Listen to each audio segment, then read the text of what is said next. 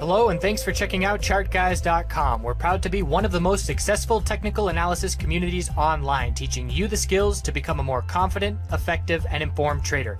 Join our community of hundreds of analysts worldwide working together to learn the charts, generate profit, and achieve financial independence. For access to daily live chart analysis and market coverage, a thriving chat community, along with dozens of hours of exclusive educational materials. We look forward to seeing you. Let's check out some charts.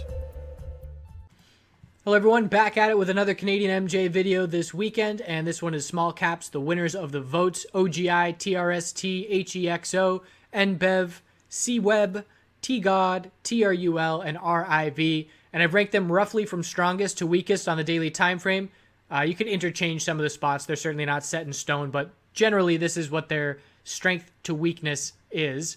And right now we've got OGI standing out because we had a clear tightening range and we saw a little higher low and higher high. So if you saw the video for CGC yesterday, it's a similar scenario where we had a bounce, we've set our lower high on CGC, and now we're pulling back, and this is exactly what the bulls want to see follow through in order to change the daily momentum. We got the higher low and then we broke the lower high of resistance, and the bulls have the momentum on increasing bull volume. A bull MACD cross is closing in, and we're looking at limited resistance levels. After 749, the top of the move on Friday, we're looking at 752 and 782 as the next levels before that all-time high. So not a ton of resistance levels left on the daily chart. If we consolidate, as long as it's above 663, we maintain daily higher lows and keep the bulls in full control. So that shift in momentum, that Friday action, is enough to make this one of the stronger charts out of the names that we are looking at on the daily chart. TRST is close, but look at the significant difference. A big upper wick of profit taking, even though there's big green volume, we know a lot of that was selling, and we didn't break this resistance level.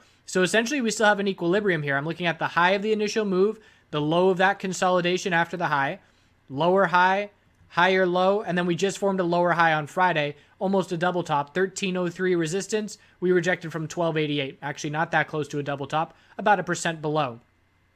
So now, if we continue falling back and break the support level of 1156, that's a bear break on the daily time frame, losing the higher lows. It's still a higher low, lower high tightening pattern, and it's still anybody's game in terms of which direction we could break. But if we look at the hourly time frame and see that that was a swift pump, an all-out dump giving it all back, we do have to be cautious. The first red flag is a break of 1184, then it's 1167 and 1152. So again, there's clearly profit taking going on with these upper wicks, and we'll see if that profit taking carries over into Monday, or I should say Tuesday, with Canada closed on Monday. And pretty much best case scenario for the bulls on Tuesday, hold 1184 and form a daily inside bar. And that would prevent from breaking supports, obviously, and that would keep the bulls, giving them a fighting chance on this tightening daily pattern. Here we have HEXO also still tightening. We have the clear lower highs that we're not breaking, and we did break some support levels already, but it's all about 771. That's a double bottom, and that is clearly the most important level, because if you break that, there's our space on the chart. 676 would be the next clear level. A lot of space to the downside if that breaks. So anything under 904 is a lower high here. And again, it's that change in the momentum. We have to either break 904 on this move, which does not look likely. So a lower high, pull back, maintain 771, and then see a bull break in order to see continuation. And we haven't seen 2 green days in a row in a couple weeks. So we have to get follow through from these bulls. Hourly time frame, short-term support, 821, and there's that 859 resistance. So it all depends. The time frames you can cycle through in terms of, whether you want the short-term details like this, or whether you're more concerned with the daily chart as a swing trader, where we're looking at 771 is the most important level. If I was a short-term day trader, 821 is the most important support, but if I'm a swing trader on the daily, it's 771. So pretty significant difference between those two levels.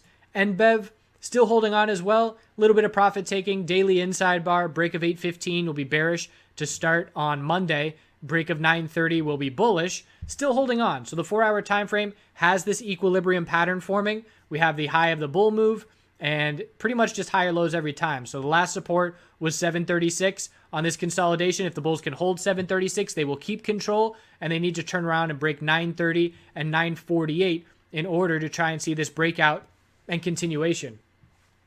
So we've been watching NBEV for a while, and we were looking at the possibility that this was a cup and handle pattern, and then we had the bull flag of consolidation here, and then the bulls were looking for that continuation move, but we got the bull move, but no follow through, clearly seeing resistance before that all-time high. So it's not your standard cup and handle pattern. If it was, we would be in breakout mode right now over this $10 level. The 4-hour uptrend is still intact, no doubt about it, but I just want to touch back on that pattern that we were watching. The lack of the conviction and breakout follow-through definitely has us looking at these 4-hour higher lows that the bulls have to maintain to keep control. Lose those 4-hour higher lows, and NBEV would shift down the list here in terms of more bullish to more bearish. CWeb, this is it on stockcharts.com. It's the only place I can get this exchange here. And we have what's setting up to be an equilibrium. We have our all-time high, 1850, low of consolidation, $14. This may be our lower high of 1760.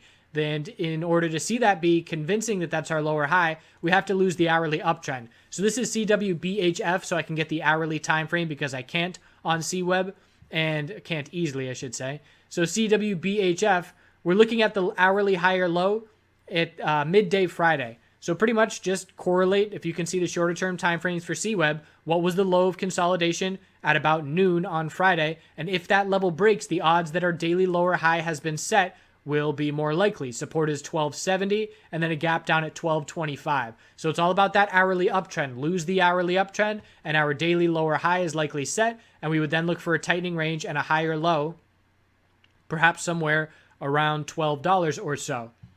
TGOD is weak. It's a potential bear flag on the daily time frame. We clearly lost a bunch of support on this pullback. The weekly time frame has pulled back more significantly than most individual names, but keep in mind the weekly chart, we are absolutely still looking for a higher low to form, so we need to see the daily chart change the trend in order to say, all right, our weekly higher low has been set. Support is 592, and that's the low of consolidation. Break 592 and the bear flag gets confirmed, and resistance is 644 and break 644, and there's some potential space to the upside. So the hourly time frame is trying to change this trend here, and it's an equilibrium on the hourly.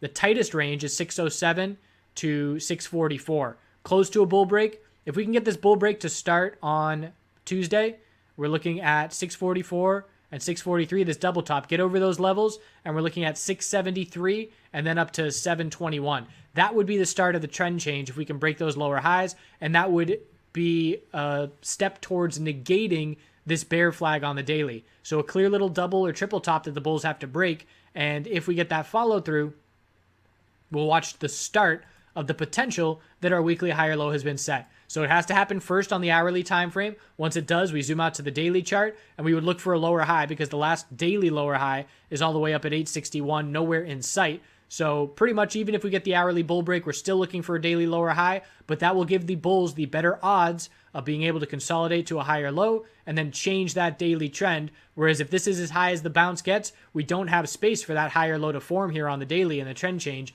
So it's a little bit of a different setup if we do not get that hourly follow through.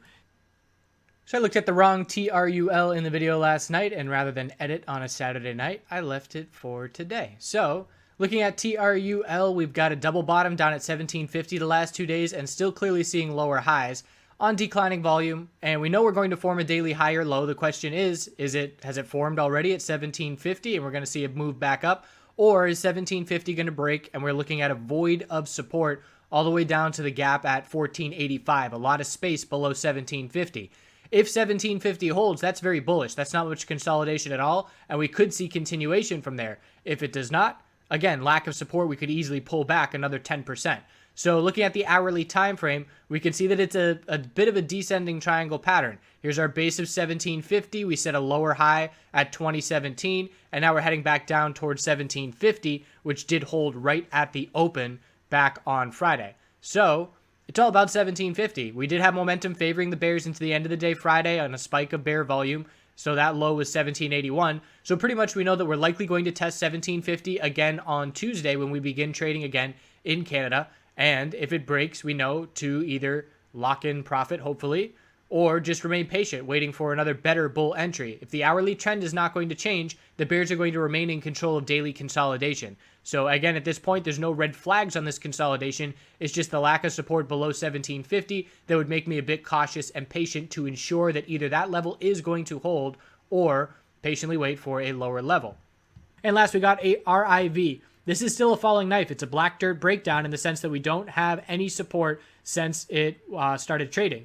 So we're looking down now, 529. And again, it's just been a clear lower high, lower low pattern. The good thing about it is there haven't been any fake outs. We did get one break of lower highs, but it never followed through to continuation and confirmation. It just dropped down and gave all that move back. So we're absolutely watching for an hourly trend change. When you get the hourly trend change, you have a clear support to use as your bottom fishing level. And then we look for that momentum on the daily chart to shift. And there is going to be a good entry opportunity approaching. It's just not here yet. And you have to be very, very cautious because, again, someone thought they were getting a discount at, $6. And here we are almost down.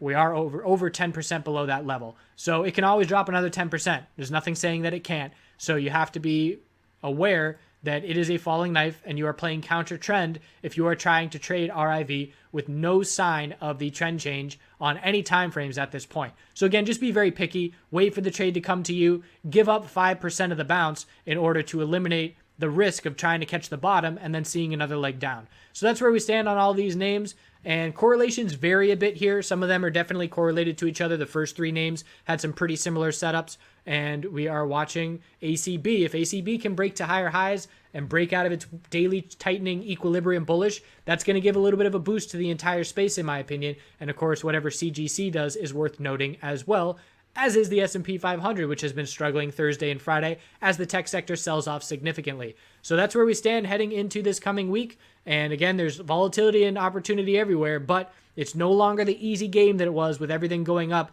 and gains just day after day. So you got to be more picky and you got to be utilizing stop losses, in my opinion, if you want to limit your risk. Thanks again. Hope you have a good rest of your weekend.